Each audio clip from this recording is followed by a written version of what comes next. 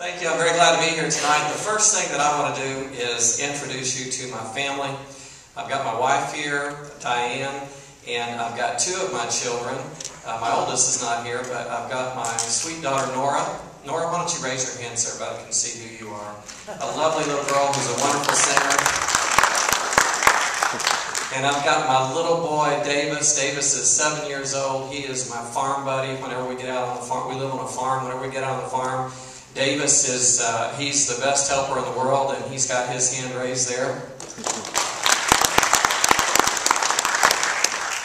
I'll tell you something I did is I bought Davis a 1941 John Deere H tractor. And any of you who know John Deere tractors, that's an old two-cylinder tractor, and it's a hand start.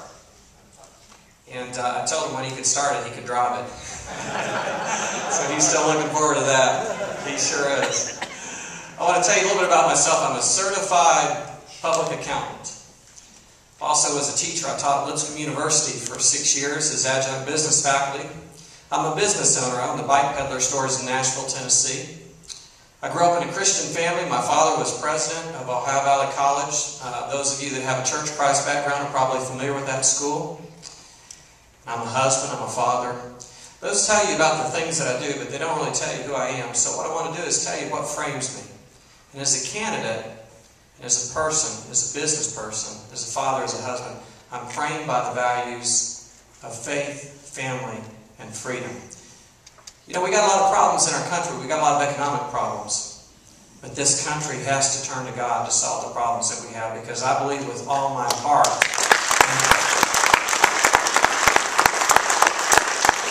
with all my heart, that it was faith in God that led to the blessings that have created the country that we have today.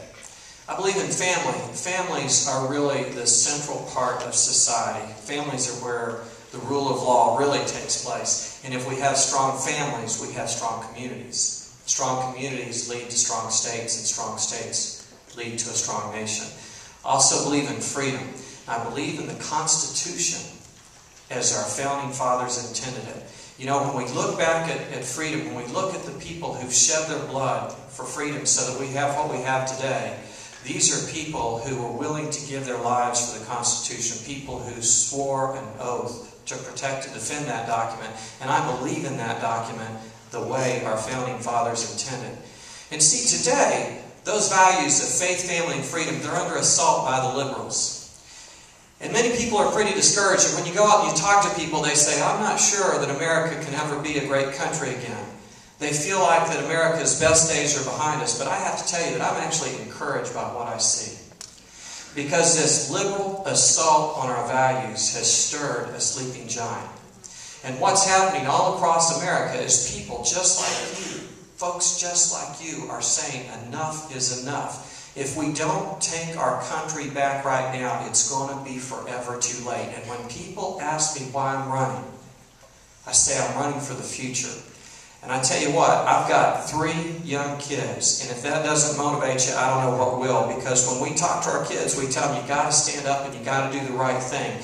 And if people like me won't stand up and try to make a difference, what's going to happen to our country? We've got to stand up and we've got to make a difference. And whether you're running for office, or whether you're knocking on doors, whether you're trying to talk to your neighbors, whether you're supporting a campaign financially, these are all the things that are going to make this take back of America possible. And you know, when I look at America today and I see the direction that Nancy Pelosi and Barack Obama are taking our country, I don't want their vision of America. I want the vision of our founding fathers. And I tell you, Ronald Reagan was my political hero. The shining city on a hill. That's the America that I want. You know what? We're going to get it. And it's going to start right here. Because I am inclined to say that a new revolution is brewing. I think that people are so fed up that they're getting active, they're getting involved in this new revolution that's taking place. The shot, the proverbial shot that's going to be fired, that's going to be heard around the world, is when we take back a district that's been held by a liberal Democrat for 25 years. So for the first time in 25 years, we're going to have a truly conservative congressman in this district. I want to tell you just a little bit about my background. I went to Lipscomb University. I worked my way through college. I graduated in 1983 with honors, and then I went on to become a certified public accountant. You know what, that was all right, but it really just wasn't something that I enjoyed. And I had a dream. I had an American dream that I would own a bicycle shop. I had grown up all my life being a bicycle rider, and I wanted to own a bicycle shop. So in 1990, I sold my accounting practice. I had an accounting practice at that time. I sold it, and I opened a bicycle store. And in the beginning, it was great. You'd come to my bicycle store, I'd fix your flat tire, I'd build your bicycle for you, I'd sell it to you, I did everything. And after we closed at the end of the day, I cleaned the toilets and I did the books. I did it all. You know what? It was great for a while. But then about 10 years into that, we had some bad things happen to us, some things that were really beyond our control. And before we knew it, we were broke. And we were on the verge of bankruptcy. So I went to an elder at my church and I said, "You're a successful businessman, but I know you've been through some tough times in your life. What do we do?" He said, "Well, I can tell you first of all what you do. You don't declare bankruptcy." He said, "You're a CPA. If you have to go out and get a second or a third job, if you have to do tax returns or financial statements or business plans for people, do it, but don't declare bankruptcy." You know, we took that advice to heart. And it was tough sometimes to get out of bed and have the courage to move forward, but we did. We did. And slowly, surely, we were able to dig out of that hole. And today, our bicycle stores are among the largest in Tennessee. But what's even more interesting about that story is throughout that process, I started talking about our experience, what I call our survival story.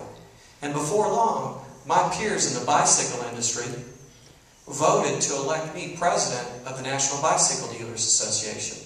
And that opened up a whole new world of opportunity for me, because then all of a sudden, I gained national and international business experience. It was a wonderful experience for me to be able to travel around the world and represent the bicycle industry.